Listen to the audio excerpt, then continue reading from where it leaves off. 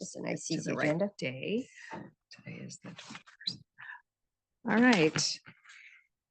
So I'd like to call to order the regularly scheduled meeting of the Board of Selectmen. Today is Tuesday, October 21st, and it is 8:36 a.m. In front of you, you have this morning's agenda. There are one addition and one deletion I'd like to make. If I could, there is a water line replacement at the pool. If I could get a motion to add that. So moved. Second. And it's unanimous. And then if I could get a motion to remove item 7, the purchase order increase for the from the auditors. So moved. Second. It's unanimous. And if I could get a motion to approve the, and you know what, we'll move the water line replacement. Still doing anything else? I'll just do it after the cold storage building. So right after the cold storage building, we'll do the water line. So if I could get a motion to approve the agenda as amended. So moved. Second. It's unanimous. And then you have the minutes from our regularly scheduled October 7th meeting. You have any additions or corrections? None here. That's fine. Okay, if I could get a motion to approve the minutes. So moved. Second. It's unanimous. Public comment. Members of the public are welcome to provide comments to the Board of Selectmen on agenda topics scheduled for review and or votes. Comments submitted electronically should be sent to the following email address: bosdistribution@newcanaanct.gov. Do you have anyone wishing? Seeing none, we can move on to license plate recognition equipment with John, Chief DeFrederico. Sorry.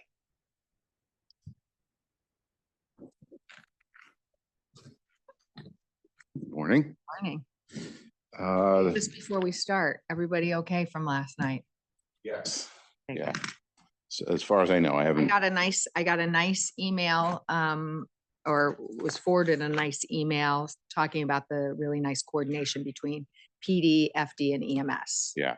For those of you who didn't know about the, the wrong way driver on Elm and Main and created an accident. So I got a nice, EMS sent a nice thank you for the really great coordination in a very public space. So, Yeah, that's great to hear, and an unfortunate event, but Yeah. glad everything worked out, and could have been much worse.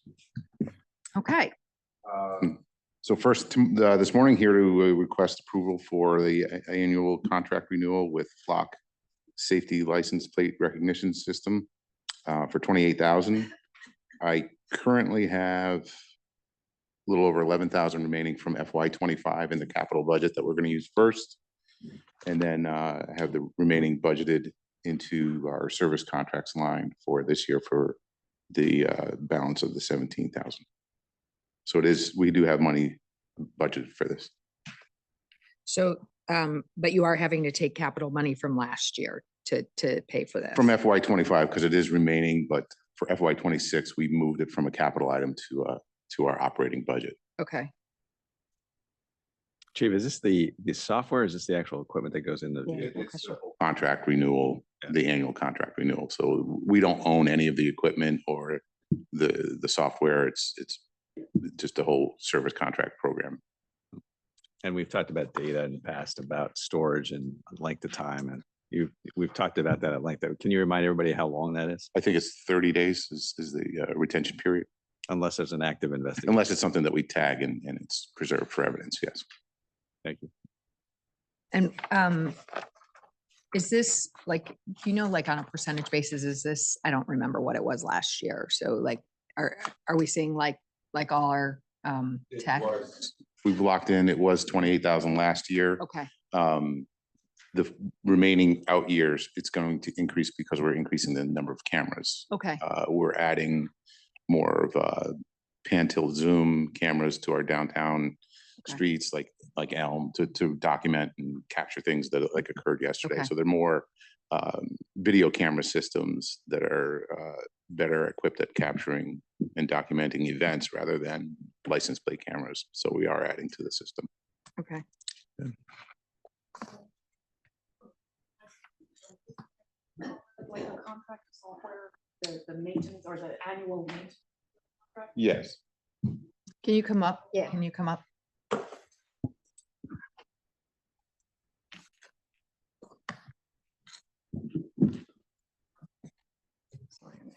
So I just wanted the confirmation in year one of a new contract and new software and new equipment, you can put into a capital project.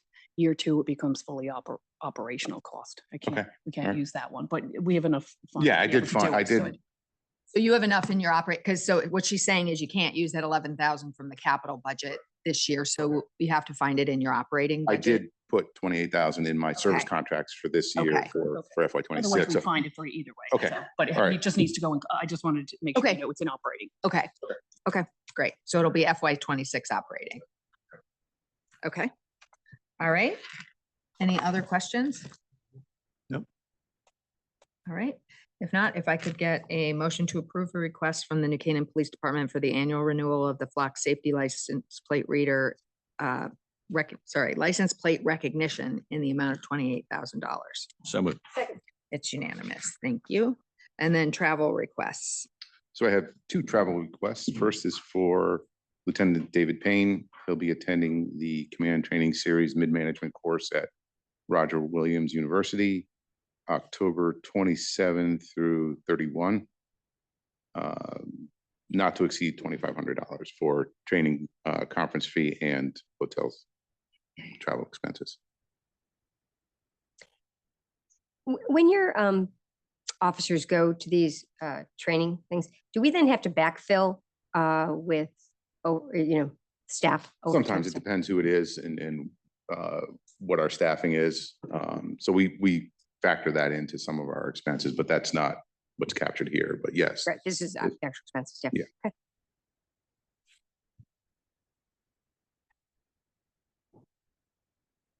you want to do both of them or one Well, at a yeah, time? let me, no, actually, why don't we do that? So this is for justice system training and research, would it? Yes, Training so training. Roger Williams has a Justice System Training Research Institute.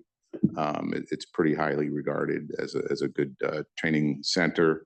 And they offer some of these unique higher level management courses, leadership courses that we've sent people to before and gotten good results from. All right. Any other questions? Nope. All right, if I could get a motion to approve a request from the New Canaan Police Department for training expenses in the amount of $2,500, not to exceed $2,500, in order for one officer to attend a training exercise on October 27th through the 31st, 2025 at Roger Williams University. So moved. Second. It's unanimous. Okay, And the second is for Sergeant Lopez and Sergeant Caponera to attend Use of Force Summit at Mohegan Sun, December 2nd through the 4th. This is Sergeant Lopez and Sergeant Caponera are patrol sergeants, so they're patrol supervisors. So this is a good course for our supervisors to investigate use of force incidents. So we have a good solid core of supervisors that have this backing and understanding of how to handle these investigations. Total cost for attendance and travel would be not to exceed $2,790. Just given the title of this, can you explain more what this conference is, a use of force? So this is put on by Eric Daigle. He's an attorney that's pretty well respected in Connecticut. And he trains our officers on how to investigate incidents of use of force, how to document if our officers are involved in some level of use of force, whether it's physical or deadly physical force, how our officers who would be first on the scene to handle the investigation and document what occurred and And this would protect be the town. in the rare instance, the use of force by the officers, or is it, or you are on a site where there has been force used? No, it's for when we use force against a suspect or in the course of our duties. Okay. Yeah, so it's not like assault investigations that occurred between two parties. It's if we use force, Also, when you do and then document it. who so and how to yeah. properly document it and investigate it. okay. Any other questions? Nope. All right, if I could get a motion to approve a request from the New Canaan Police Department in the amount of $2,790 in order for two officers to attend a training exercise on December 2nd through the 4th at Mohegan Sun. So moved. Second. It's unanimous. Like.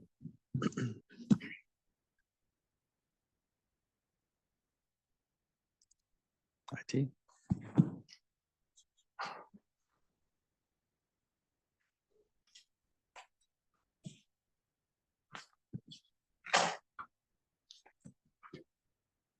Morning. How are you, Chris? We like our new iPads. Working well so far. Glad you do. Okay, yes. Good. All right. Good morning. Chris. All right. Good morning. Good morning. So the Information Technology Department is looking first for the approval to enter into a contract with Total Communications. They are a Cisco Premier New England partner. They are a reseller of the support. So we have to go through someone to get it. And we go through them because it's they are the best price for the area. And Cisco makes us use them, if you will. So you have to go through these guys to get. Can't buy something. direct. They from Cisco. build in a middleman. Okay. But Yes. Go ahead. Why don't you, no, why don't you go ahead? so we spent some time with this the past few months. People were approached about saving some money and tearing down the phone system, if you will, and rebuilding People it. being me. Led by the first selectman.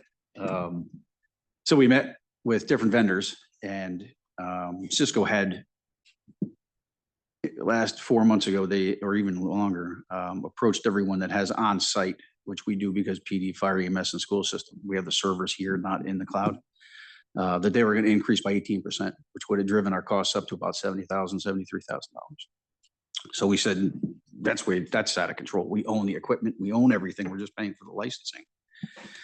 So Total went back and myself and the Board of Ed, and we decided, hey, let's have a meeting and discuss this with all the major players of the WAN because everybody does pay into the phone system, right? It's not just the town. So we had a meeting last month and they all agreed when Total came back from Cisco saying that since 1999, we've been a customer. We've been a pretty, a great customer, if you will. We've stuck with through and through. They not only dropped their 18%, but they actually saved another $2,000 per year over the 3-year contract. The 1-year contract is $66,000. So everybody was in agreement that they'll stay again with the system.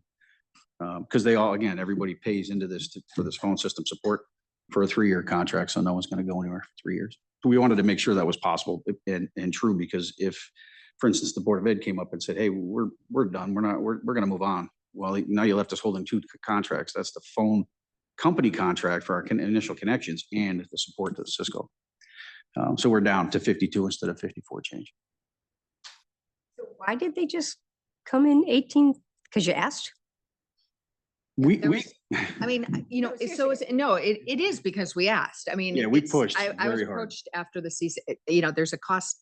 I'm going again this year after the cost convention. There was a representative from a competing firm, Mhm. and I reached out to them and they thought they could do a lot better. And then so Chris and Okay. his team, because I sat in one meeting and I'm like, I have no idea what any of you are talking about. So Chris and Licensing. So, Yeah. and it was, Deanna brought it right up front, which was great. And we met immediately with them. And then we met with LightPath does this as well. So we brought on 6 other vendors and said, okay, where are we with the pricing? And they're all above $50,000. So, the savings was more of, you're going to rip everything out and replace everything. It's going to cost 110, just one of them for the first year. And then on from there, that's 2 years. There's no savings if we tear everything down and rebuild. And there we are. So this is strictly the contract. It's not hardware of any kind. Correct. We own the hardware. We take care of all of that. Matter of fact, we just upgraded a year and a half ago. That's what brought this to light. Do we really want to rip everything out of here? And what would the savings be? And it's just not there. So They're pretty happy with the hardware at this point. I mean, it's a phone, right? I It- mean, yeah. you would think. Yep. We still have some that are original, Yeah. which in 99, 2000 is when the system went in. So for that to happen, that's a pretty good build. And, we've only had a handful that were beat to the pulp because people were angry with them. But now we can slowly migrate and upgrade if we need to. So, Yeah, Yep. but I really appreciate them all, like, because it was not a small effort to kind of do the review and look at, what are our opportunities for cost savings. So thank you. It was a lot of work, but we did get it. Library was involved, Board of Ed, Waveney, Life Care, everybody that's on. So everybody's had, Right. Great. So we got a yay from everybody. Well, thank you for initiating. it. thanks. That's a cost savings and. Yeah. Good spot. Absolutely. All right. You have any other questions? If not, if I could get a motion to approve a request from the Information Technology Department for the following: approval of a request from the IT department to enter into a 3-year contract with Total Communications in the amount of $156,199.04 for the renewal of Cisco Collaboration Flex license for Cisco Phone Solutions. Payment schedule is FY 25-26. It'll be $52,066.34. Payment to FY 26-27 will be $52,066.34. Payment 3, FY 27-28, $52,066.34. We do that first. Yeah, the other ones, there's a second one. Yep, So moved. it's unanimous. And the second, we're looking for approval to enter into a contract with CDWG, the government side of it, for our vast backup solution. And we've actually cut this down another, I think it's $3,000 to $4,000 this year. You haven't seen it because when we first purchased all of this, it was 3 years contract. We looked at the 3-year like we always do, and there wasn't really much of a savings whatsoever. But it affords us going hybrid to constantly look and maybe shift and easier to get out of the next year or two with the way everything's going, everything's coming down. At least the hardware end of it, and the cloud is finally starting to drop in price. But again, not all your eggs in every basket. Look what happened yesterday. Okay. Any other questions? If not, if I could get a motion to approve a request from the Information Technology Department to enter into the following contract with CDWG in the amount of $24,948.48 for the renewal of Rubric, a backup system, and to purchase Rubric Cloud Vault. So moved. It's unanimous. Thank you. Okay. Good morning. Morning, buddy.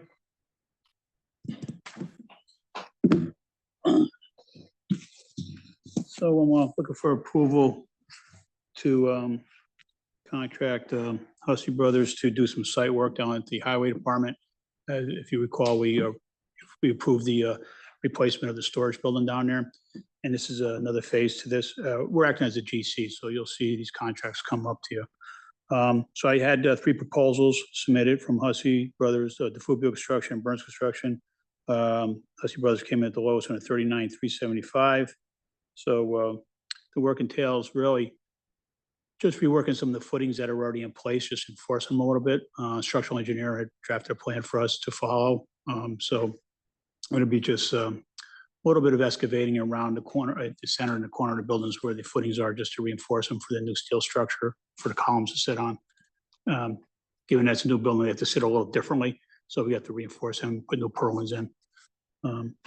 So we'd like to seek approval for that for the $39,375 plus a $3,900 contingency for a total request of $43,275. So Bill, where are we all in on this cold start? Because I'm confused. actually like, I should have probably had you bring all the costs in all at once, because this kind of, now we have no idea where we are all in on this cold storage building. Okay, so we were, I think, 140,000 for the building. We're approximately 18,000 for the demolition, which we're gonna start How tomorrow. much? 18,000 to demo the old building, get it out of there. And that's the 2 contracts we have in place as of right now. And then this will be the third to do the footings. Will there be more? If possible, we're looking into, It's not a good answer. no, well, we're researching now, pricing out the mezzanine to go in there, because we had asked if we can build the storage. So we had a small little mezzanine storage room in the old building, which is no good now. He asked if I can build a mezzanine across the back for elevated storage for all Like the. a loft, like. Yeah, in it's like a barn on the loft, but second- yeah, so it's a little involved only because it has to meet the OSHA codes and all that stuff there. So I just been working with the manufacturer on that to integrate it into the steel building. it would be a pretty good thing because there's a lot of small items like the leaf equipment, for instance, for that they, he says all the tubes and stuff. You want to put them up high so they don't get, somebody doesn't run them over and hit them or something. He stores a lot of that above How would you there. get it up there? Do you have a forklift or something? Yeah, we have forklifts. They'll have a removable section of railing with the forks right up there, just lift stuff up. I just started that whole process and I actually just emailed it over to Tiger, actually about 8 o'clock this morning for further discussion on it. So why weren't we planning in the 140? Why didn't we plan the mezzanine when we went out to bid initially for the building? It was too expensive to do it through the manufacturer of the steel building. I wanted to go aftermarket. It was twice as much to have the actual steel because when the steel building company builds it, they build it all as one thing. And it's very expensive to do that because it changed the structural of the building, the columns and everything. By doing it independently of all that with a third party, I don't have to rely on the building structure and change the building structure because it's not going to be attached to it. So we wanted to do that on the side. Oh, it's just freestanding? It's It's supported by gonna be itself? freestanding, yeah. Will be bolted to the floor, but it'll be Yeah. freestanding, yeah. As opposed to the manufacturer, when they sell those things, they build them right into the columns of the steel. You're probably familiar with your price. They build them right into the steel columns and everything, and then it changes the size of them, which changes the cost of the building. It just dominoes down. I didn't see we had to do that. To me, that's a crazy way of doing it. This is where it's great to have a turnkey with one manufacturer. I just wasn't on board with cost. Okay. So what else might you be looking at? Because I remember we were like, wow, that's great. You estimated how it came in so low, but what else? No, I think we'll be pretty wrapping you got up. the We already doors, have, got we everything we you already need? have the garage doors already. That was contracted. That was, I think, 16,000 or something like that. And that's within the 140? That's within the 145, the garage doors? No, that's additional to the 145, because I broke this out because going to the steel company, they were gonna outsource the garage doors. I'm like, why? I'll just cut out the middleman there and just use the same garage doors that we've been using on the other buildings.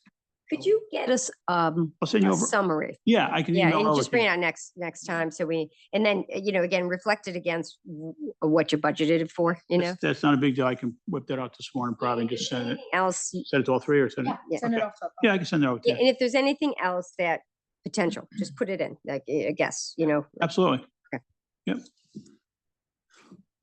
thanks.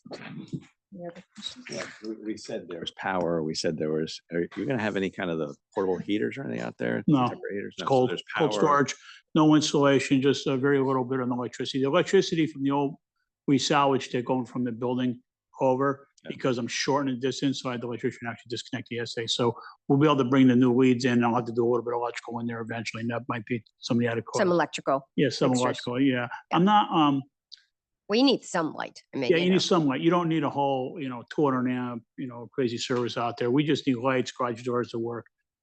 But there should be exterior lights too, just. Yeah, some spotlights that we control because we don't want to, because we're create a lighting issue down there. It was too bright during And probably for cameras The too. 40 that we're approving now, though, to just shore up so the rest of the foundation is solid. I mean, Yeah. Yeah, it was interesting. We did some test holes around there earlier on. And given that I know that when the building was built a while ago, that when we used to have real winters. And they actually went down to 42 inch defrost. They put good footings down there. I argue with our structural engineer a little bit on it because I'm like, improving for like 50 years that building's fine. New building codes say you have to do X, Y, and Z. So we had to reinforce them a little bit because of the wind shear and stuff like that. The building's the same size, it's the same thing. So I lost the argument because that guy has a stamp that he has to certify it. So I tried. How old was the cold storage building you're taking down? Yeah, it's served its purpose very well. It's pretty rotted out at this point. Yeah. All right. Thank you. Any other questions? Not, if I could get a motion to approve a request from the Department of Public Works to enter into a contract with Hussey Brothers in the amount of $39,375 plus a contingency of $3,900 for a total cost of $43,275. The project entails the reinforcing of the footing for the new cold storage building at the Highway Department. Second. It's unanimous. Okay. Good job. Waveney Park Conservancy. Oh, sorry, no, I have this first, sorry. Water. I wrote it in there and then I wrote other things and I didn't see them. The water line. Well, I guess I'll give you a little summary of how we got here. The last water bill two water bills. We noticed that it was a little higher than normal. We were trying to figure out what's going on before the end of pool season there. And we started to suspect a leak, and then we got the last bill. So we have a leak out there somewhere. It's not the first leak on this particular line. This particular line goes from inside the building, where the accession building is, or by the locker rooms, goes underneath the ground and goes over to the chlorine filter building. And it goes quite deep. About 3-4 years ago, we had a problem out in the chlorine building with the water line underneath there too. We had to cut the concrete, excavate it, put a new section. It was leaked pretty bad. This time, it's a little bit more up in the grass area between the building of where the concession stand is and where the filter building is. It's in there somewhere. It's quite deep. Given that it failed once and now it's failed again, and we had a leak detection professional come out, and he says you might have multiple leaks there. So I can't explain why. It could be just a bad copper pipe that they put in that wasn't manufactured well. That's why there was copper pipe put in Yeah. there. It's only 20, how many years ago was that? 25 years, ago, yeah. right? We're using Yeah, but copper there is, 25 I understood maybe the problem underneath the filter building because of the chlorine and all that stuff, maybe over time kind of ate at it, but in this area, I'm not too sure what's going on. So we decided that the best thing to do would be to just down and try to dig this hole, to try to find us and run a new line. We have a route we could follow. It'll require a little bit of concrete work in front of the concession where you actually get your food. We're gonna take the concrete panels out, excavate, pick it up from that point where it comes out of the building and go around the grass area and get down into the building, and we'll be doing a PVC line, not a copper line. And So are you taking the copper line out? they're just gonna disconnect both ends and just run a whole new line around. It's gotta be 20-something feet down because the elevation of the pool's up here and that chlorine building's down here, and it's 36 inches below that floor. So we're in, and I was like, this has gotta be, we'd make a mess. When I happened to be there, you called me and she goes, what's going on? I said, it's just one of those awful days. And I was there with the leak detection guy. He actually listened for water and he found the main leak, but he says, you have other leaks along this line that aren't as bad. So we could dig up in the middle of the patio and fix one, and we could be in the springtime as we start up fixing more. So. Some of the other, like at the sewer lines and stuff, we kind of line them, you know? Is that an option for this? You can't put a sleeve in and go poof. No, not a water line. That's, It's not supposed to be potable water, but I never heard of lining it's only a 2-inch line. I don't know how you would do it's that. only what, I'm sorry? A 2-inch line. Yeah. Oh. Yeah. Yeah. Unfortunately, we could come back at another time because we're picking it up outside the snack bar. But to go from the snack bar to where the water comes in, replacing the whole line, there's so much utilities and the building's in the way. All underneath. So we probably go up in the building and go through the ceilings and cut across that way. Yeah. But there's no reason to replace that. He determined there was no leaks Under the building. after he after he went inside the snack bar. He didn't have any leaks there. So right now, there's no reason to replace it from there.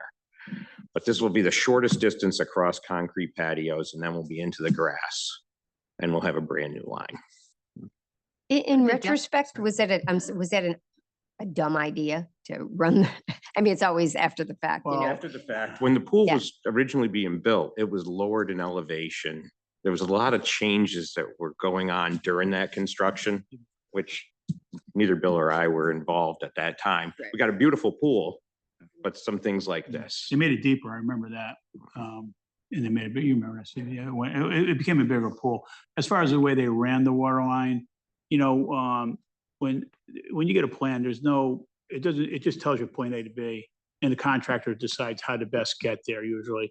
And the plans, I looked at the plans, they did show a route that they just drew on there, and they didn't follow that route, which is probably just as well, because then it was right along the pool.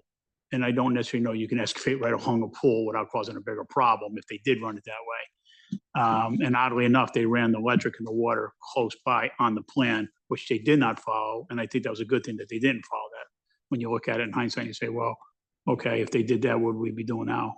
You know, so, and the reason why we're here now is because we definitely want to do it this fall. We don't want to open this up come spring in case we come into something else I just want to get this behind us, test it out, and then we'll be all set for spring, because it'll come fast.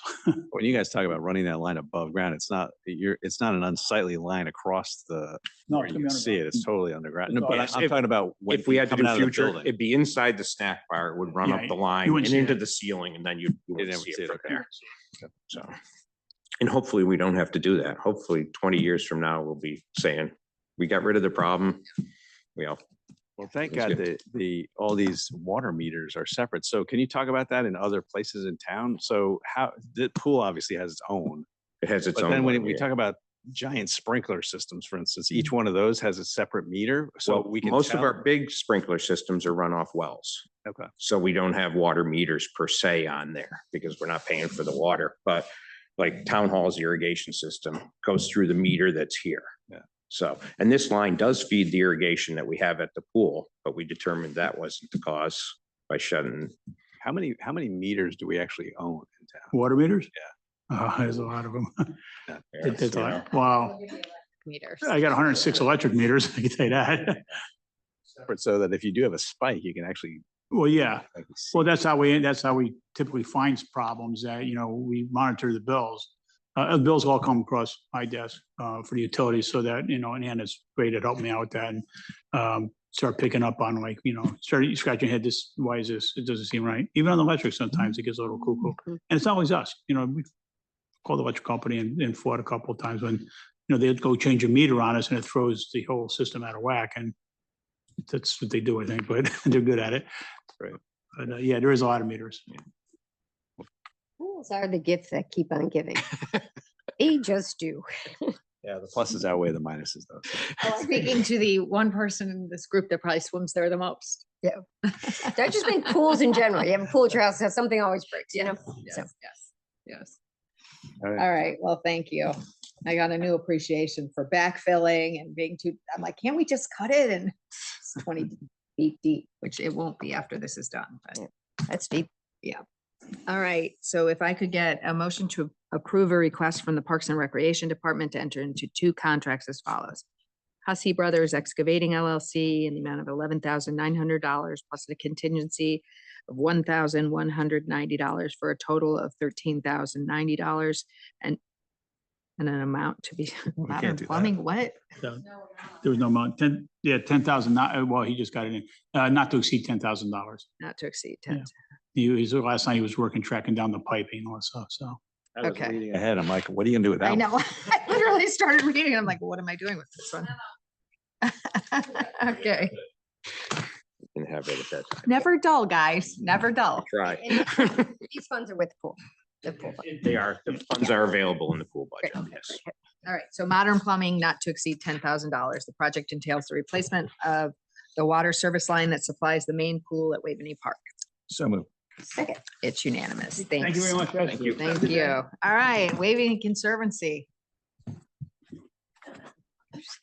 Thinking I had a leak, and I didn't, but I was like, oh, shoot. Round 4 for you guys. I think we're the final stop. I'm afraid you could do a better job of this presentation now than I can, so. You just said best for last. Well, good morning. Thanks for letting us present this morning. I'm Phil Hurtig. I'm the chair of the Waveney Park Conservancy. This is Michelle Crookenden, the executive. Oh, yeah. You think I'd know that by now. I'm Phil Hurtig, chair of the Waveney Park Conservancy, and this is Michelle Crookenden, the executive director. We're here just to socialize plans for the Merritt Trail, what we call the Merritt Trail redesign. We're not in the budgeting cycle this year. It's just to give a chance to the community to learn more about what we're proposing and ask any questions that may arise. So Michelle, I'll turn over to you. Great, thanks. And we're trying to keep this nice and concise for you today. So it's kind of a speedy run through rather than the deep dive. This project really is predicated on a 5-year plan that the Conservancy put together in 2020, 2021, together with Catherine Herman Design. And Catherine Herman created that master plan for the park at that time, which was the second of a series of master plans. There was an initial one when the Conservancy was founded in 2015, and most of that had been completed to the second layer. And we are really at the tail end of that planning. This is the last major piece that has not been addressed and something that we have really heard a demonstrated need for from a lot of different stakeholders. Starting back in 2020, there were some conversations held with residents, town leaders, Parks and Recreation, and really a lot of just anecdotal conversations with people over coffees and various moments together. And there was an agreed sense that this is an important part of the park that really could use some improvement. And I imagine you all have seen that yourselves. We embarked on this in earnest about 2 years ago, and there were some sort of preceding things that needed to be done, topographical survey and wetlands boundaries identified, as well as a tree inventory. Those were all completed by the end of last year. And then we sort of worked in earnest with our partner, which is Heritage Landscapes, really fantastic, noted, nationally award-winning landscape partner. And this is really their area of specialty, which is historic landscapes, especially Olmsted design parks. So we really are been very impressed by their knowledge, their experience, their design work that we've seen nationally. And especially, I think they really understand cost effectiveness and municipal applications. This is not a residential landscape firm. These are people who deal with towns and cities and do major projects over many years. So we think we've really found a terrific partner. A little bit more about Heritage on this next slide. I just wanted to highlight not necessarily the details of their awards, but you could see that on their website. Some of the things that they have been, some of the things that have been crowned with, I guess. But they really, I think they're very user friendly. They walk the park all the time. They have an office in Norwalk and in Vermont, so they're very local, which has been a huge asset. And they just get at what it takes to kind of draw a community into a major project like this. Some of our goals that we outlined when we started working with Heritage, first and foremost, we want to remediate the sight and sound of the Merritt Parkway. That's what this is really all about. We want to do it in a way that's cost effective, that is sensitive to the ecology of the landscape, and it makes this just a better experience overall, a more enriched experience overall for visitors to the park. And a really important piece of this is ease of maintenance. We get that maintaining Wave Me is already a major undertaking. We don't want to make that any harder. We want to make it easier. Heritage really added a deep review of the Olmsted history. There's which I can share with you at any point. There's a deep report that really details a lot of that in an extensive chapter. I've already mentioned the mapping and surveying. There's a toolkit of interventions that have been identified, and I'm going to let Fel address those more specifically later. But it's sort of mix and match depending on the circumstances of a particular piece of that trail. It's about 3/4 of a mile. So certain interventions work in certain areas and certain types of remediation work better in other areas. And overlaid with all of those are going to be an extensive use of native plantings. And that's really important. We want it to be not only beautiful, but a really great habitat, not just for the people using it, but for the creatures that live in the park too. Good. Okay. Just as Michelle mentioned, Heritage Landscapes put together about a 120-page report for us that talked about the history of the park. They did the research on how it developed. And so we can also share books with you as well if you'd like some of that deeper dive. So just very quickly, Heritage looked at the, here's the current trail conditions, an aerial view from today. We have the Merritt obviously down here, Lapham Road over here, and South Avenue over here, just to orient ourselves. And this, of course, is the trail that we're talking about here in yellow along the Merritt. If we go to a 1935 aerial that Heritage found, this is before the parkway was put in, so you can see the outline of where it's going to be. And you can see the yellow lines here, which is where the trail is today. The interesting thing about it is actually the trail's not there. It was not part of the original design, Olmsted design. What was there was just open field. So there was no plantings, there was no trees, it was just open space. We don't really know when the trail was put in. There's a theory that maybe it was actually put in at the time of the merit as an access road. But again, that's a bit of guesswork. We're not totally sure. If we go to 1951, the merit's been installed, and here's the trail here again. We can't tell if it's here at that time or not. The trees are covering it up, so we're not sure. But what we can tell is at this point, the Olmsted brothers have been re-engaged to start planting and filling in the trees, start isolating the park or the estate from the impact of the highway. And we believe that some berming had been done here as well, which I'll touch on in just 1 minute. If I can get to change slides. There we go. Heritage did a current trail analysis. This is just to give us a sense, again, to orient us. Here's the merit down here, and Lapham's over here. These lines, they're stacked up here. These are areas where the trail experiences significant volume from the parkway. It's really exposed. The loudest section actually is down here closest to Lapham. Thankfully, that's a short section. But the other section that's really impacted is up here. And some of you have probably seen that sign where there's actually the sign for the exit for the merit. This is very exposed. It's very loud. And then these cones here on either side are unfortunately lovely vistas looking out over the parkway from the trail. You can really see it at those locations. So it's really impacted in those locations. So how do we propose to mitigate this? So Heritage came up with several different designs, and the Conservancy Board voted on this potential design. And the importance of this is that it really focuses on this section in here. It says, again, Lapham's over here. It says right here, let's move the trail away from the highway and get all this buffer from additional woodlands, and then put some of the design ethos back in there from the Olmsted brothers. They didn't develop straight paths. Just put nice, gentle curving paths, make it a nicer visitor experience, and make it that much more isolated from the highway. And then there are other sections down here I'll go into in a minute that also are, there's some mitigation efforts. So in this section, there are already berms here and berms here. Heritage is proposing that we expand the berms, tuck the trail away from the highway, and then at an appropriate time, we fill all this in with woodlands. So this would further isolate the trail. And we also had a short meeting with the Merritt Parkway Conservancy. They're also very in favor of this project. They haven't formally voted on anything, but they've stated that this is something they think would be beneficial for us and for them. Their view is, we don't want to see you and we don't want you to see us. We want it to be a greenway for us. So they'd like us to be isolated. Two other areas I'll touch on is down here where we're talking about some fencing, and then a wall down here.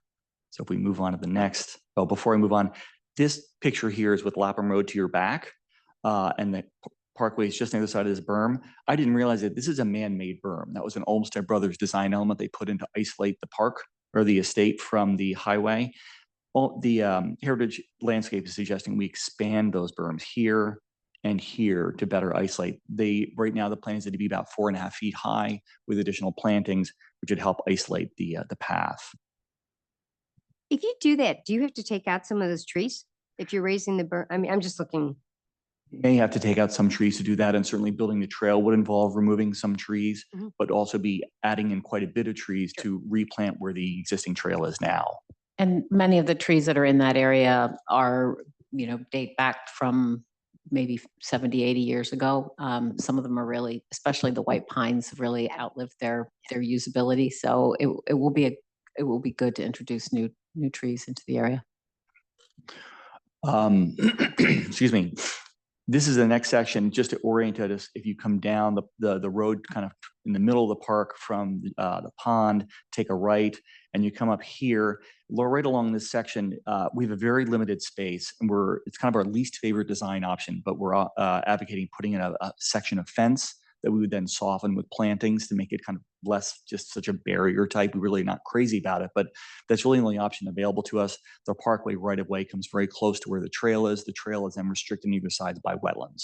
So there's really very little maneuvering that you can do without disturbing the wetlands, which of course we're very sensitive to. Would that be a berm and a fence, or just the fence? That section would only be a fence. So the berming would be on the upper, kind of the higher escarpment level where you're kind of looking down onto the parkway. And is that one of the soundproof fences, or what kind of fence are you?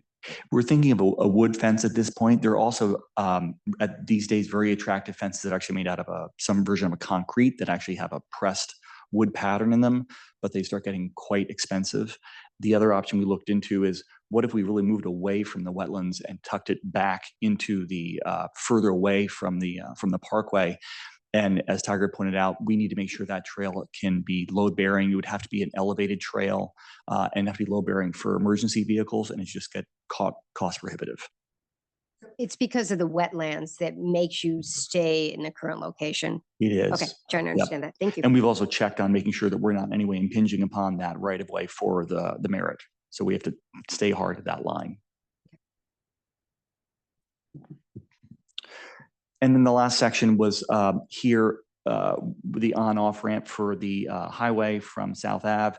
You can see you're really exposed. You can see right out of the highway. This is, we propose to put here is a layback wall. It's basically stone on one side and then an earthen berm on the other.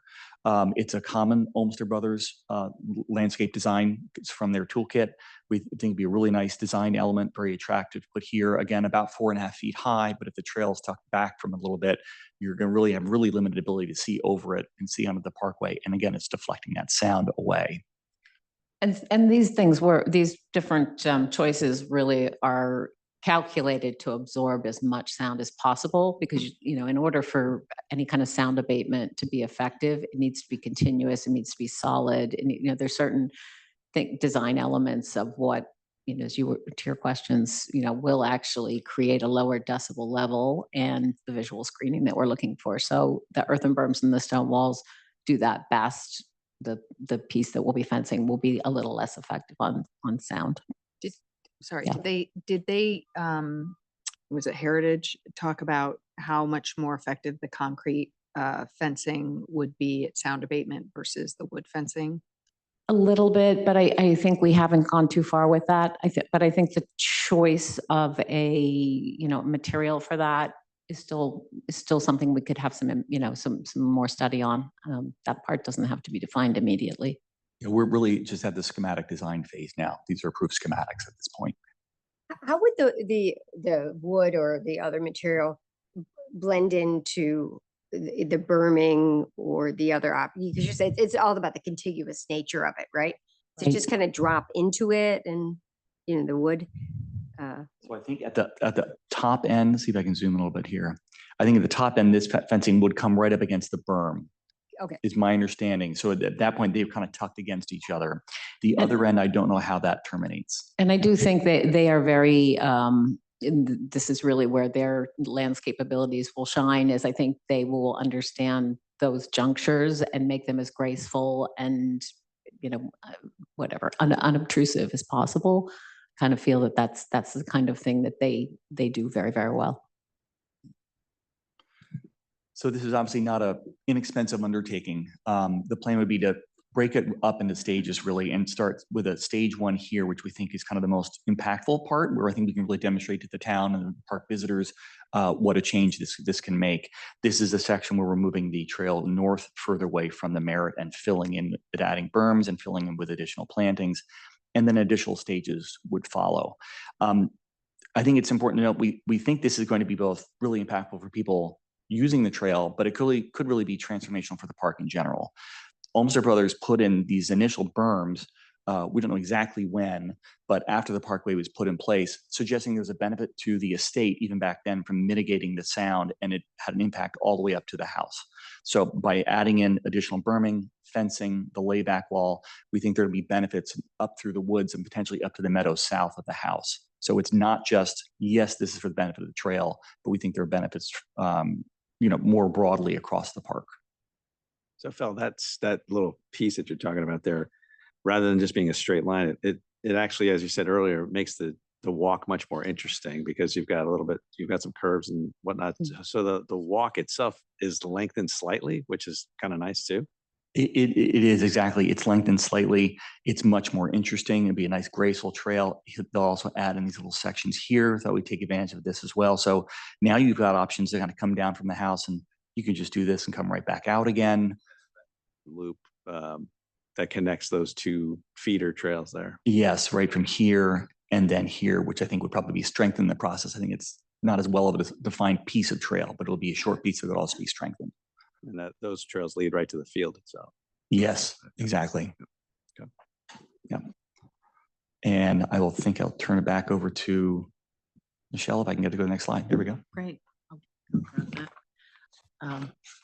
So, as Fel was saying, this is obviously a major undertaking, and we certainly see it being phased over multiple years. Our thought is it could be three to four stages.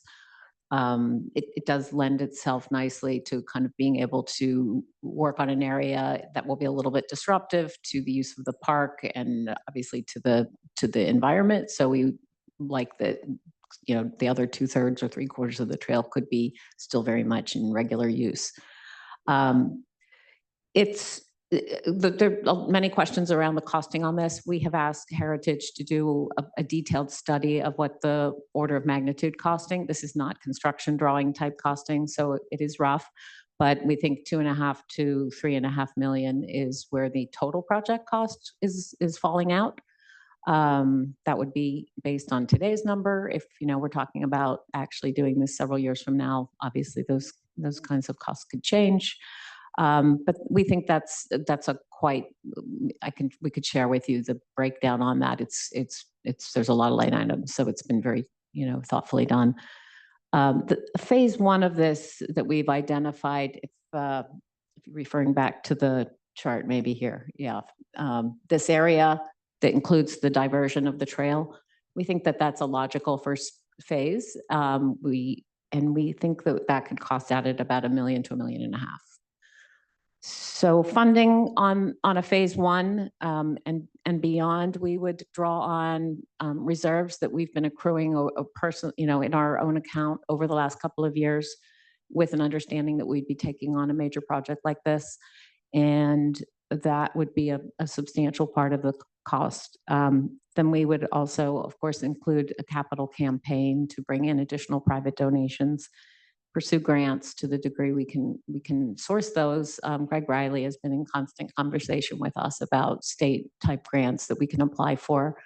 But the big piece for the town to consider is we have an accrued allocation with you of about 750, 780. I've heard some slightly different numbers. Yeah, you should probably work with finance, because I actually just asked Ask the Ann question. alone, and I think it's less than that. So I just want, I've got and Ann can work with you, but I think I have 682,000 from her. So I just want to, I think It'll be good to get a better sense of Yeah. that. Okay, so in that range, which we would love to apply towards this project, we think a large part or all of it would be wise to apply. I know that money's been allocated for several years now, and I think it's probably good procedure as the town to move it towards an actual project.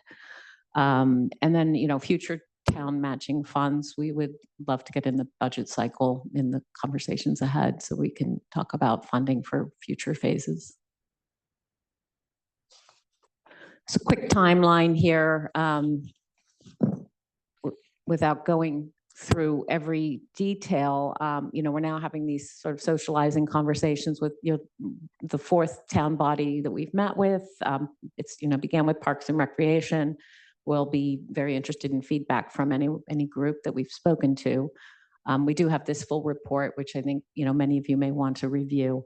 And then beyond that, we would like to start socializing this, or introducing this concept to the residents, because I think it's important that residents be well informed as well, and have their voices heard. And then moving into next year, we would be talking to you about budgeting for years forward and beginning our own capital campaign. Winter and spring of 26 is really when we'd sort of be digging into real construction drawings, presuming everything's going forward well. We would be investing in that, and we can fund that out of our resources. And then we'd be moving into final costing, and in early 27, hopefully kind of nail down all the final details and be prepared to draw funds, our own and potentially the towns, in the spring of 27, start the project, shovels in the ground in early summer. Anything you wanted to add? No, that's it. No, that's it. Thank you. indication for the phasing, how long each phasing Yeah, that's a question that came up at our last meeting, I think, with town council. We are going to get a better read on that with Heritage. I think it's an important question to ask. My sense is that it would be done over a season or two, but that's, way too vague. And something else that also came up was, would the trail still be used, for example, when we're doing the section, it goes back into the woods more? And yes, that trail along the Merritt would stay in place, so residents could still use it while we're building the extra trail. And then once that's finished, if that's the appropriate time, we would then plant in and close off the trail along the Merritt once that other diverted trail's completed. Having a former cross-country runner, that trail is like that.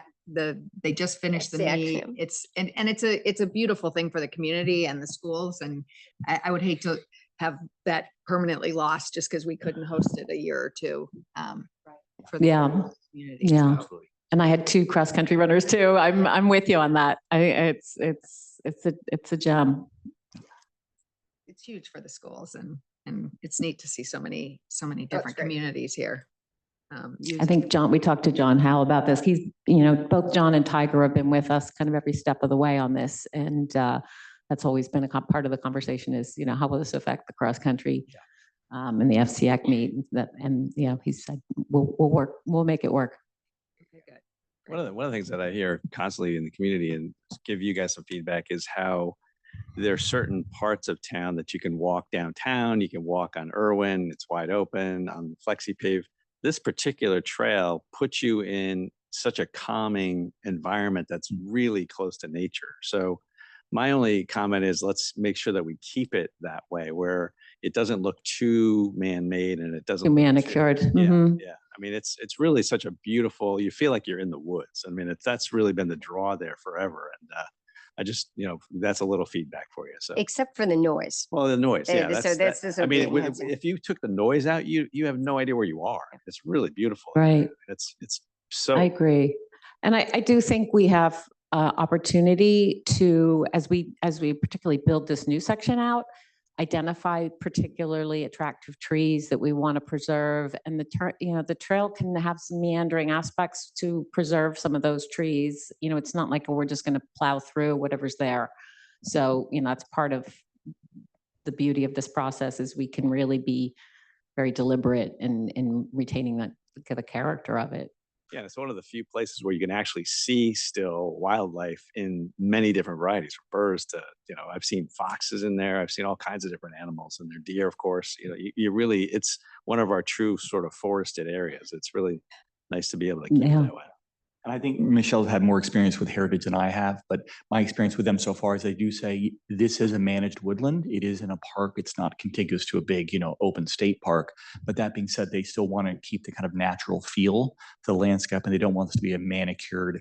You're not going to do a New York Botanical Gardens or something, right? It's still a very natural trail in the woods. Right. And I really believe it's one of the highest use places we have in town, because I say it all the time. It doesn't matter when I've been in there. It could be January, it could be evening, morning, whatever. There are people walking dogs, running, jogging. It's amazing how much use those trails get. Right. And I think using a trail surface that's been identified in Waveney with the Waveney mixed gravel that is used, it would be consistent with that. So it's still going to feel quite rustic. No Flexi Pave. Question for you, or maybe Steve, you remember when we first got a presentation on this when I was a Board of Finance, your town council, I believe it was a much higher number. Maybe it was a longer. Well, the original it was plan a was big build a big number. berm with It was a like fence 6 above million. it. Yeah. So this is a much more fleshed out and much more attainable. So do you remember it was like a huge number and we're going, what? Yeah. So this is such a nice compromise of different looks, right? We got the natural berm with stone, you've got a little fence, but that other one was really a lot of fence and a lot of berm. So this really it's pretty. I think this is a much nicer compromise. It'll look a lot nicer too. That is good feedback. Thank you. And actually, one thing maybe to mention is that, correct me if I'm wrong, I think that the Heritage said they wanted to stick to, for an accessibility standpoint, they wanted to stick to the Forest Trail Service accessibility guidelines, which is really for the Forest Service. But that being said, that may allow us to change the grade in certain sections of the trail, whether we're redoing it. And that also has benefits to the town because it may make it, we can get away from some of the areas that get gouged out from water during really heavy storms. So we can help make the maintenance on those sections of the trail a little more manageable. So there may be some benefits to the town in that regard as well. Yeah, and the only maintenance thing I would say is, and I know it's just, but wood has a useful life. So, as you determine, what to use for the fencing, I think just keep that in mind, because we're always looking at stuff that was like 20 years old and then we have to replace it. Yeah. Right. And using a good variety of tree selection and shrub selection will mitigate, now what we're having with beach disease, where, vast parts of the park are being affected and throughout town, that, we wouldn't come in and say, okay, let's plant, 200 of the same specimen and then be prone to something like that. Do you worry about any water irrigation issues? God, it's so hard. You never know when we're going to get a drought or anything. And Right. Irrigation. And we've been having those conversations. We have asked Heritage to address irrigation as an add-on option that is not included, that is not addressed in the cost of this plan. It would be a big number.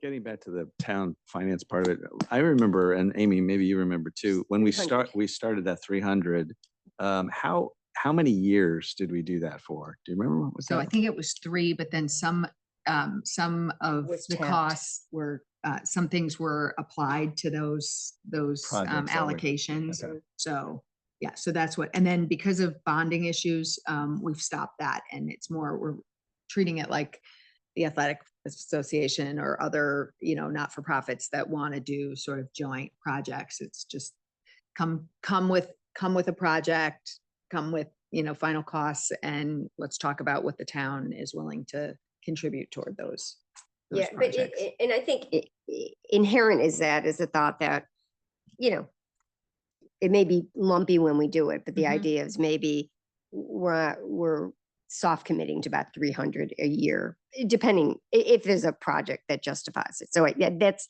because that's where we're saying the Athletic Foundation and the Conservancy, the teamwork aspect of it is that we'll be there for you. But I think it got complicated because projects weren't Right, well, there. That's always been the sort of the debate, right? We know, so we've known about this project for a while. So back then, like you would in your household, you start saving Mhm. for when you're going to do that project. Putting that 300 aside every year was kind of moving toward getting some big chunks done. But that's one way of thinking of it. The other way is to actually just do it the way, Right, you bond it like, and- you rationalize a project and Yeah. you say, is this a project we want to do as a community or not? And this is what it's going to cost, Yep. and, and then you flesh it out at the time that you Yeah, and that's, we were actually, from the Conservancy standpoint, we were thinking, we didn't really just cause a wrinkle for the town, but we were saying, let's start letting these reserves build up. We know we have a project coming up that's gonna be very expensive. So it's gonna help us kind of plan for that accordingly. And obviously that now is not sustainable, but I think I can see us coming back, obviously, in the future, asking for additional matching funds on top of the reserves to start really making progress on this project. Yeah, I mean, I would maybe go even a little further to say we really need visibility that there's commitment to the full project, so that we don't get out ahead of our skis and find that we've invested in construction drawings and other things when there, isn't strong backing. But I think the plus is it's multiple years. I'm sorry. Yeah. But it is the fact that you're fleshing out a multiple year project, but then makes it easier for us to kind of actually operate on okay, so for the next 2 years, they need 600 or something. Right. So it makes us put that soft commitment against a hard cost, which is probably easier. It would really enhance the park because, you're in Waveney and it's beautiful, and all of a sudden you hit the Merritt and the sound just hits you. And the beautiful wildlife, you're hearing the cars. Yeah. So, well, I heard you say at another meeting, because, I used to live on the south end of town and used to use the park a lot more than I do now. And I don't remember the trail being so visible to the Merritt. Like I never used to be able to see the Merritt, and the noise is louder now.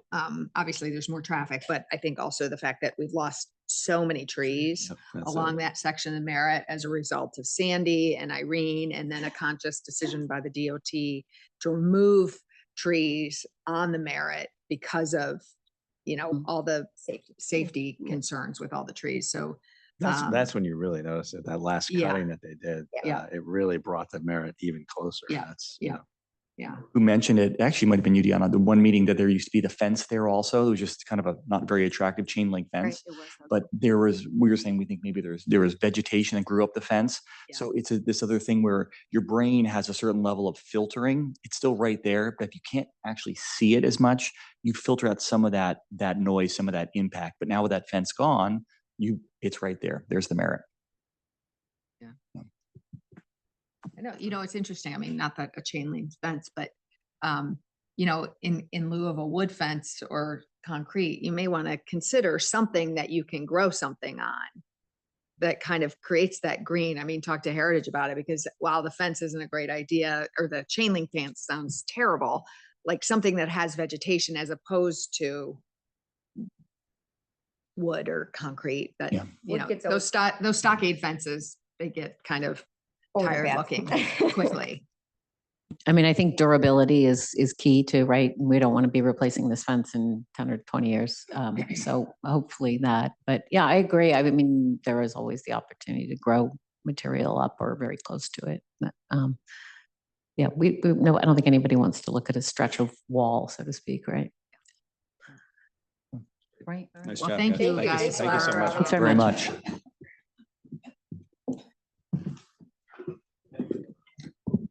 Yeah, it's terrific. You bet. Thank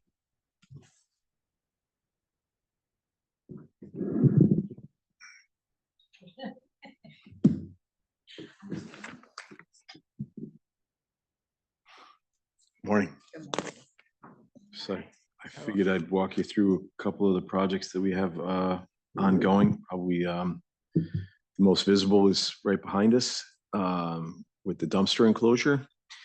So I spoke to the contractor this morning. He's going to pour those walls Thursday, Friday. I was pushing for Thursday. And he's got a little bit of forming work left to do. And then the contractor will be looking to start the excavation Thursday, Friday on the ramp going down on the alley. So at that point in time, we'll have to take that out of service since it'll be under construction. And then we'll put in some signage to direct people to the staircase over by White Buffalo or the sidewalk on Park Street, since they could walk up to Park Street and come down. It's a nice accessible route to come down Park Street to Elm Street. You'd be at the upper end of Elm Street, but at least you'd be on Elm Street proper. So they're working towards that right now. They haven't had any glitches. The contractor's been very cooperative. He's tightened up his area, asked him to tighten up his area as far as parking goes. So now he's in a tight little space, only taking up about three or six parking spaces, 3 for the actual dumpster enclosure and 3 for his work. And then he'll go forward from there. Just to give everybody a note, our leaf pickup will start on November 3rd, run through November 30th. On November 30th, which is the Monday after Thanksgiving, we start our last round of pickup, and then we'll stay out there until snowfall. The leaf mulch site, they'll be open that entire time frame, Monday through Saturday, and it'll stay open until the 13th of December. And at that point in time, likely be full. And once it's full, we close the doors and say, we can't take any more. I had a meeting yesterday with Aquarian and Eversource Gas about the work on 106. They were mentioning your presence at the meeting that they had in Wilton, just to get an overview of where they are, how much more time they have. Gas has 1 more week in that area to finish the gas line. That's in the intersection of Silvermine Valley, 106, that area.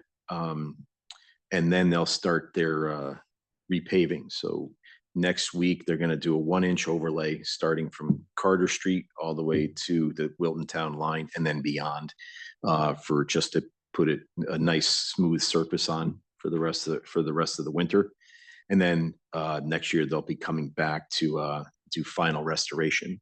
So Tiger, I can't remember if I said this at the last meeting, because I can't remember when that meeting in Wilton took place. Yeah. I know I did it at one of the coffees, but for residents who want to try to tap into, Eversource and water or the gas line, they have to do it before next year when there's final paving, because if they don't, there's a 5-year moratorium. CTDOT will not allow anyone to tap cut through. in Mhm. before that. It is no longer free, and it is not an inexpensive proposition for residents to do that. But if residents feel like they'd like to do that, they need to contact Aquarian or Yankee Where Gas. is the corridor that those folks could do it? Is it Carter to Valley, They or could do the entire stretch, but right now they're working on Carter for us, Carter to the town line. So that's the stretch that Deanna's speaking of. so have we let residents know that that's a possibility? I put it in my last newsletter, I think, or I know. How many households are we? Do you have any idea? How Not many? that many. We haven't had any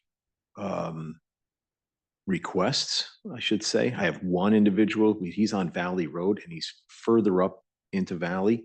So it's probably even more cost prohibitive since he'd have to come down a portion of Valley to come in. So he's working with Aquarian to see if they'll do that stretch for him.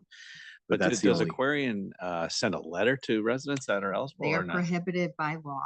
Really? The Okay. state, in its wisdom, decided after we got the gas line in, what is it, 6 or 8 years ago? I can't remember. And people were allowed to tap in back then. The state is disfavoring natural gas.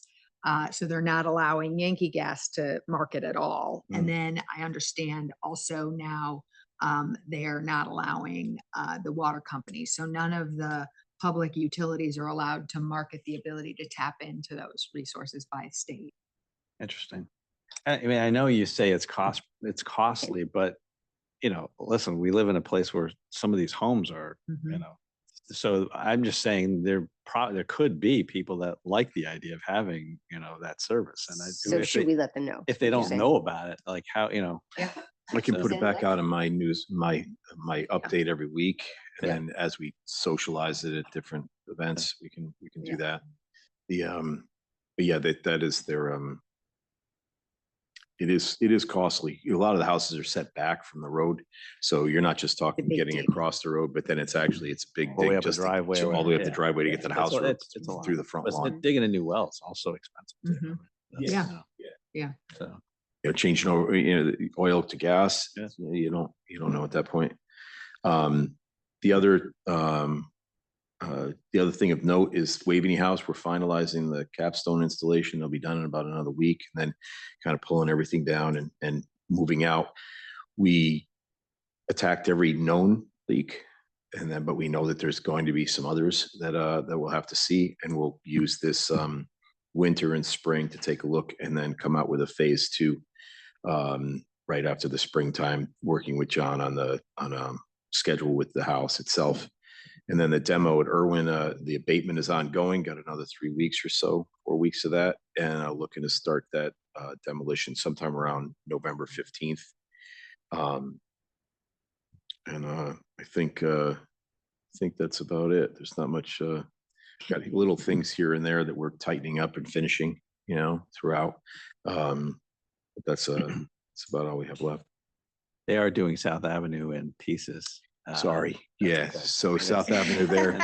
And they've been closing South Avenue completely during certain times of the day, which I've heard mixed reviews about that idea. But Yeah, we It's about that. Okay. we wanted it to be a 1-lane alternating traffic situation, and the officers got out there and said it was not going to work. Even though the contractor felt it might work, they said, no, it's not going to work. So it's probably better just to bite the bullet. We asked them to start at 9 o'clock after school, the rush, and then allowing them to go to 4, only because the afternoon is a little bit varied as far as, the rush in the afternoon, as far as when the kids get out. We know the buses leave, but not every kid comes home at that point in time due to after school activities. And yeah, they're only doing the trenches. So it is sporadic because it's only where they work that they have to go down on this full depth patch, but it is basically the extent from Harrison to Farm. And then they'll come back in and we had a long discussion about next year's work and the importance of finishing in one season. He's going to hire 2 crews, one to work at Farm Road and one to work on South Avenue to try to ensure that he finishes in one season. That was the original thought, was 2 seasons. We tried to push it into one. weren't successful on one, but I don't want to go to three. So, we're at that level. And that work will start the day after school, finish the day before school, and then we'll have to look about paving the road itself, similar to what we're having happen now. Final restoration of the road at that point in time. And that will likely be during the school season. We just don't know exactly when yet. Will that also involve though the third season? Because will you have like a thin overlay and then have to come back and do a full Yeah, So in that, the they'll- final paving, yeah, final paving, and that'll be a year? So we will, experience a third season, yes. yeah, it won't be a whole summer. It doesn't take a whole summer, but there will have to be a full mill and pave, I'm assuming. Correct, yeah. Yeah, curb to curb, full mill and pave in the third season, but it wouldn't be it wouldn't be With pipe in all the ground. summer. It wouldn't be all summer. But to get the road back to where, I mean, that was one of the town's nicest, Yeah. consistently perfect roads for a long time. And it is now Not. not that anymore. Yeah. I mean, It's when gas came in, they milled it curb to curb, and it was nice since 2018 forward till now. And now now it's in tough shape a little bit, that one travel lane. even the part that they've redone supposedly for the inch, still. Interesting. It's still tough because they have to finish every night. So you get pieces instead of a nice pure. They're doing it with a paver, so it's smoother than it was, but it's still not the same as if you could, just leave it open and go. But yeah, Hopefully we'll have an easy winter, because a tough winter on that road is not going to be good either. it's not what they're saying, but we hope so. It's what the outlook was not good, depending upon the track of I thought we were supposed to be warmer than normal. the way that they were talking. I think it says Yeah. warmer than normal. The one I read the other day, 2 days ago, was that it was Oh, no. saying that it's the line's going to come down and affect us. Okay. It's still, All right. it's By a coin April, toss. Yeah. By Yeah, April, we'll know. exactly. And then Brushy Ridge is finishing up. They just got to do the pedestrian heads there. And then we should have a ribbon cutting, because that was a Mhm. 10-year project in the making that we're finally finishing. Jen, what's the status with all the trees we put in and some of the ones that, the 10% that don't make it? Are we just, when are they gonna take them out and put them in? Are they gonna wait because of all the construction? Yeah, so we've had discussions with Betsy Bylas and the Garden Club, and Bob Haran and Bill Conservancy. Pollock. What? The Beautification League. I'm sorry. I had the Garden Club in my head because I was thinking of Irwin. I got Irwin right in front of me. Gotta give I the haven't right done person that. the I right, haven't done that in uh, 10 years. I apologize. So the Beautification League and Bob and Bill Bill Pollock have been working through that. There's about, depending upon 6 to 10 trees. We had 6. They think that there's 10. There's a couple that are definitely dead that will have to be replaced, that the vendor has warranted. Right. We were out there watering them the way we should be watering them. It's just a question of, some of the varieties didn't do as well. So some of the maples didn't do as well. Certain, just a simple variety just has struggled a little bit, but they're working on it. And we're not going to look at replanting anything right now, because we'll just let it go for the season, and then come in April, see what everything is, and then do it in one shot. at Is that next point. spring, the thing to Next do, or are you spring, gonna hold yeah. off with all the construction? Well, figure it that's out. also, Do it while you're Yeah, I constructing. wouldn't either. I mean, I Yeah. honestly, I'd rather just. we can wait. Next fall. Yeah, I I'll mean, get, because quite frankly, yeah, you've got They're you've just got getting beat the up. construction, and then you're gonna have it be repaved. I mean, the asphalt is probably not great for, it's mean- I was gonna say that they haven't finished their alignment yet. So what they're proposing to do on South Avenue, so they had that thought to go into the sidewalk. They've Yeah. come back out into the street, but they haven't finalized yet. So I don't want to say, oh, we're gonna do it, and then have Yep, them yep, say, oh, no, by the way, we've got to go back out into the sidewalk. They are in the street at present, but when I quizzed the engineer yesterday, he said, well, we've only got one stretch left to do, and that's from Grace or Crystal into Farm, which is a good 2-block long stretch that, that they haven't finished yet. So we'll leave that to be. And if we have to just take the tree out, we'll take the tree out and then replant it later. That way it's just not sitting there dead, because we'll get a lot of calls on a dead tree Yeah. versus a tree that's not there. there. And The everything's, ones that have taken it look beautiful. oh, it's fabulous. It's fabulous. Yeah. And then I know that just from like Rotary and stuff, they're planning, we're still on track with the first quarter for the elevator, because I know That's they're moving correct. people out of using the house for a period of time because of That's that. correct. We're finalizing glass selection of the color of the glass right now. And then, yes, everything should start arriving That got soon. fixed yesterday. Okay. So I'm a day off. So yeah, so that's where we're at. Great. All right. Great. All right. Thank you. Thanks a lot, Tiger. No problem. It's great. All right. Why don't we move up the full-time employee and then we can do the town clerk after that. Let Amy get back to work. Good morning. Morning. As you mentioned, we have Amy Lehaney with us this morning, the Director of Health. And we're here to request the approval of hiring Kelsey McCarthy as a Sanitary and Health Program Planner 1 for the Health Department. During this process, we reviewed 22 applications and we selected 3 candidates to interview. Kelsey rose right to the top. She is a graduate of Fairfield University with a degree in public health and comes to us from the Monroe Health Department, where she is a health program planner and community health educator. Amy sat in on the interviews with me and helped to arrive at this decision. And if you have any questions, we're both here. Did you come from Monroe? So we have a good. Whenever I see somebody up there.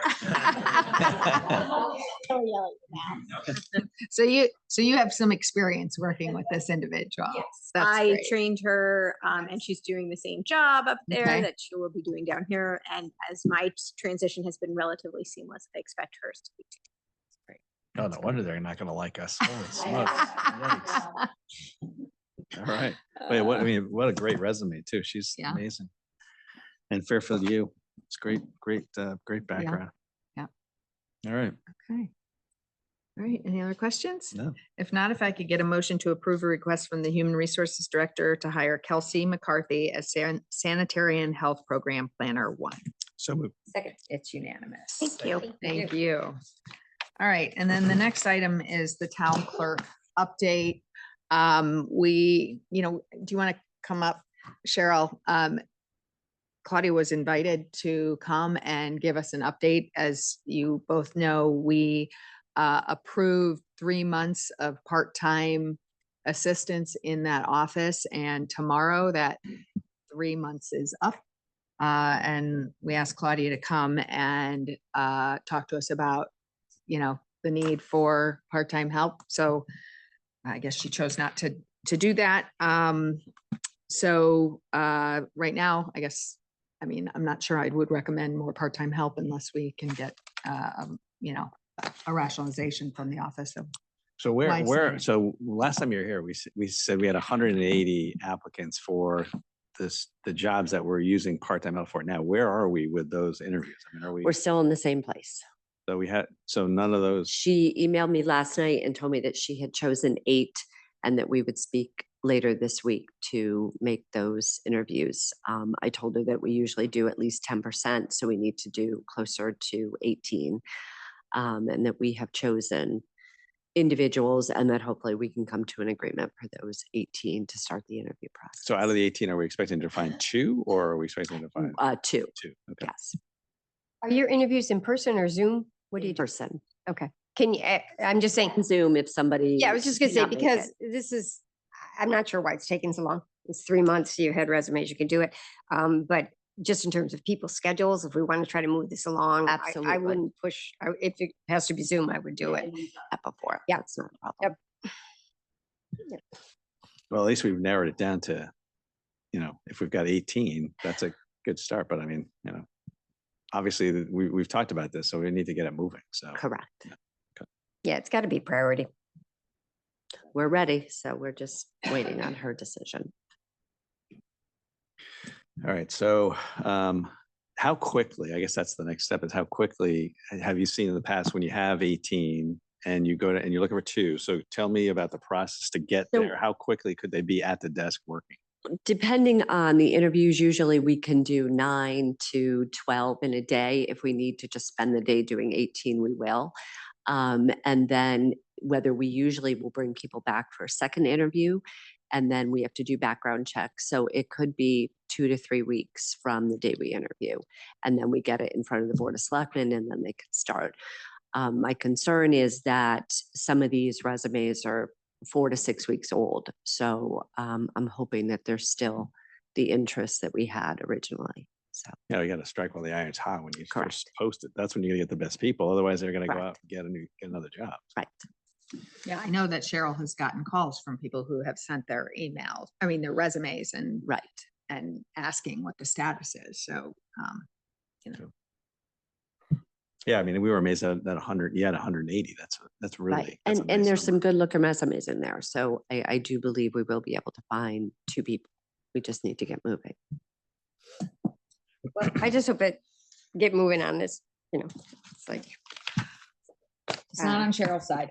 that No. we are not No, it's just, getting it's like, moving. if there are people who are excited to work for the town, it would be just delightful to talk to them and grab them. I agree. And, it's got to be a priority in terms of running the department to get it staffed.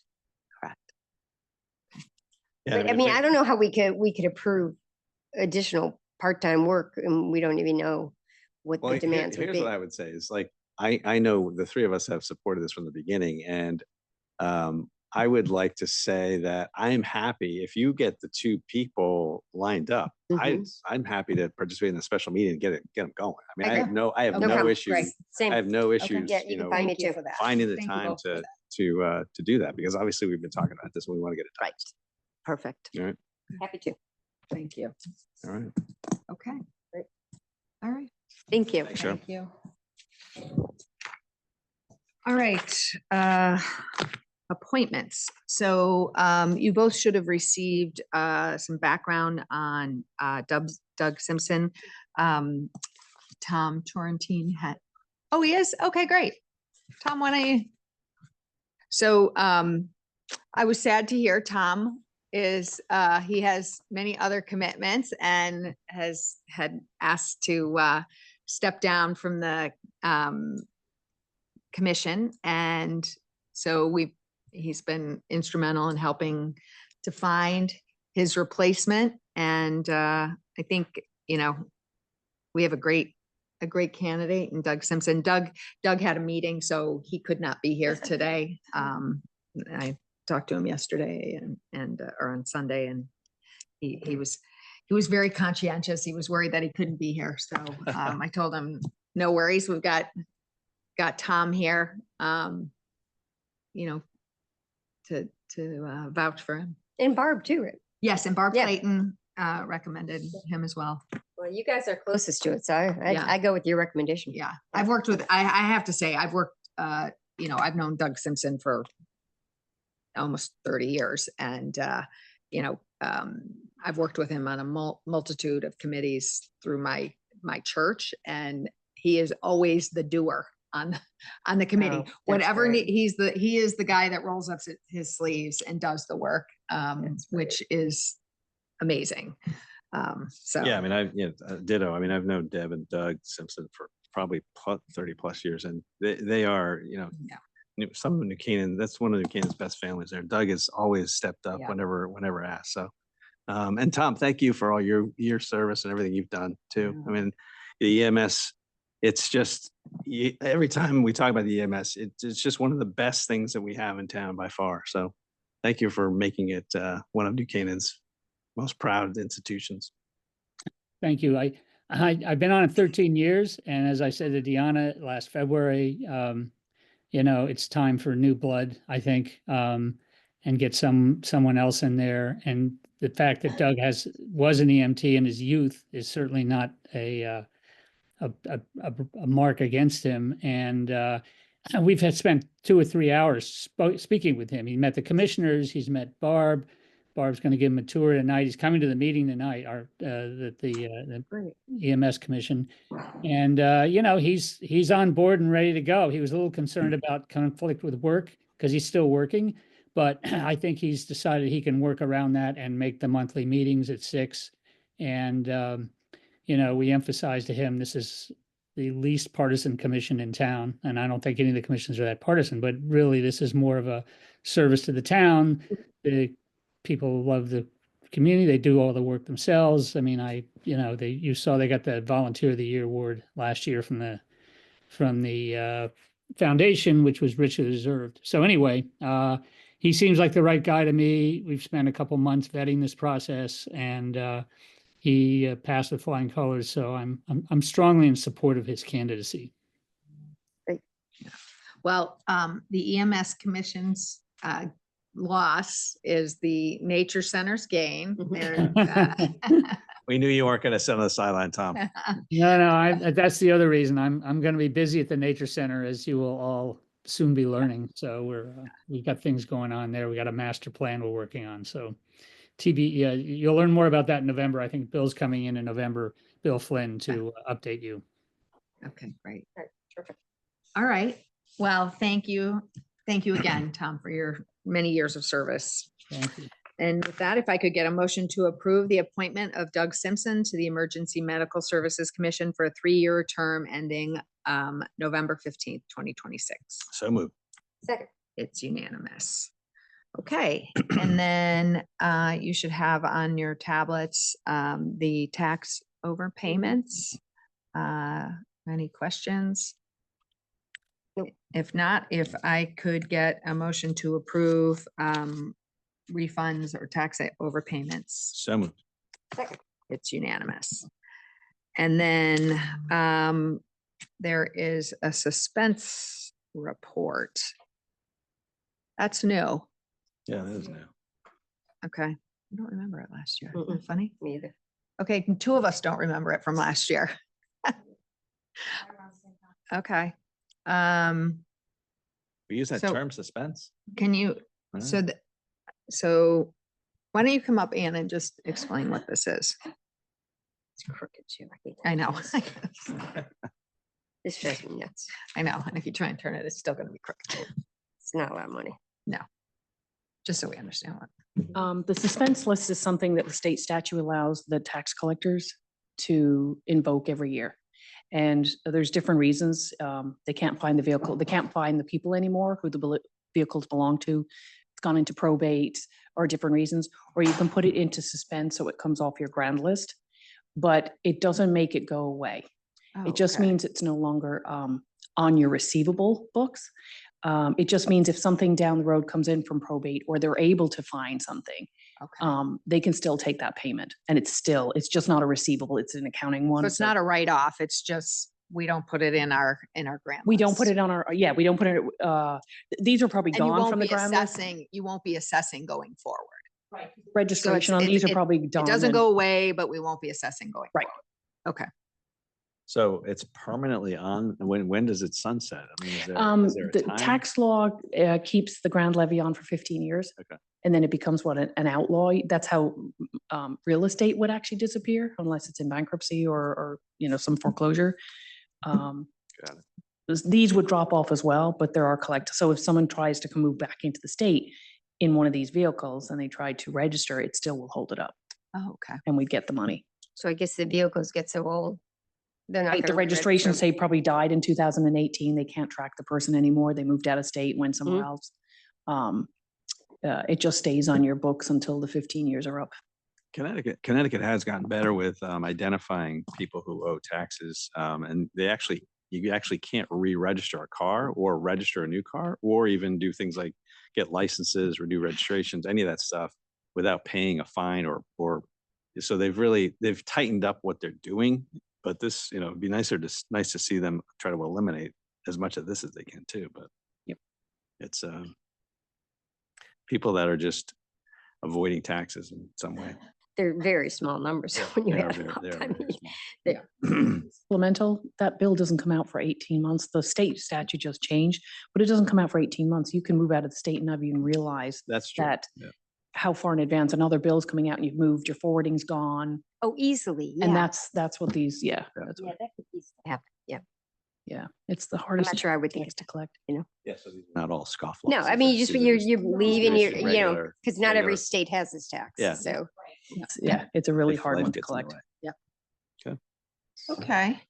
Just checking under Murphy. Yeah. All right. So if I could Okay, get a let's see motion. what Carl has going on here. Carlson, you know. If I could get a motion to approve a request from the tax collector to transfer uncollectible taxes to the suspense tax book for the following categories: 2017 motor vehicles, $7,472.44, and the 2017 supplemental, $1,357.48, for a total transfer of $8,829.92. So moved. Second. It's unanimous. Thanks, And Ed. then if you take a look at our contracts under 10,000. You have any questions?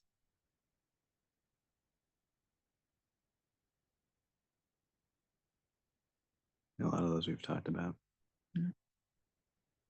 All right. All right. And then legal bills. There was a long legal bill sheet. Mhm. You know, looking at this incredibly long document, we realize every conversation is documented. So it's very tight in Yeah. terms of how we Yeah. pay these fees. Yeah. Yeah. So. Okay. Okay. If I could get a motion to approve the legal fees. So moved. Second. Thank you. And Selectmen's comments. The only thing I was going to mention is that our next Board of Selectmen meeting is actually on a Monday as opposed to a Tuesday, because Tuesday is election day. So just a reminder of that. Oh, that's true. It'll be after our next meeting, but that just so everyone knows, our Veterans Day ceremony at the request of the VFW is being moved from the Wayside Cross to Town Hall. They were concerned about the hill and, you know, traffic and things like that. So they asked if we could do it in the front of Town Hall, which we're happy to provide. And I told them they probably need to make sure we have someone stationed at the Wayside Cross so everyone knows that it's been moved this year. So anyway, and that's it for me. Okay. Feedback on parking so far? Any, You know,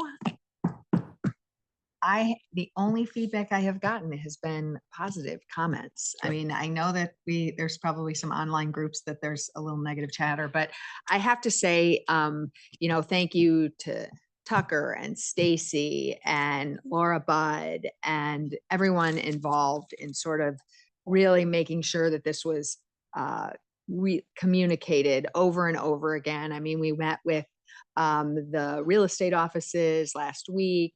You know, we've gotten, you know, I think, you know, a part of this plan is the LA and the restriping of the Park Street lot and making those spots wider. So that obviously is, you know, not happening. We did get, unrelated to the new parking that we just did, but we did get some feedback about the Morse Court circulation. So I don't know if you noticed, but with the widening of the spots and making them perpendicular instead of angled, we added two-way flow on a couple of those aisles. And there's been some comments that because the cars are not angled, you know, there's like a blind spot coming around, and there was a request to make those one way again. So I think that's a reasonable request. You know, knowing how fast everybody drives now and not being able to see around a corner. I think that's a good suggestion. So we've talked to DPW about changing the flow a little bit in there and just going back to the old flow. Yeah, that's a safety issue. Yep. I actually, on the parking, in the afternoons so far, I've noticed that there seems to be a couple more open spaces as parking sort of circulates better. So that's just a casual observance, but you know, it's still not the busy season yet. So it'll be interesting to see how this plays out throughout the holidays. But so far so good. I spoke to a couple of parking attendants, and they, you know, they're being very patient and trying to be sort of the information person out there. So they're doing a nice job too. So yeah, they are. We'll see. Of course, they haven't been issuing as many tickets yet. So that's when the sort of the negative feedback may start to occur. Well, the good thing about this new system is that it's a license plate reader system as opposed to a spot-based system. So we will know who those people who got warning tickets are. And you get one warning ticket, you don't get two. Makes So, sense. I think that that will help, with the, conversation. So Right. anyway. And then just congratulations to Doug Zumbach and the whole team at Yeah. Caffeine and Carburetors. It looks like it was an amazing weekend and an amazing turnout. So Yeah. hopefully, I haven't talked to anybody over there, but it sounds like it was a great turnout and all the photos looked amazing. So Yeah. Waveney's still in one piece. Yeah, I'm looking forward to hearing about, what the contribution to the Yep. Conservancy will be That'd after be this nice. weekend. So that'll be great. They got a big trail. Yeah. Yeah. All right. All right, that's it. If I could get a motion to adjourn, So moved. Second. it's unanimous. Thank you.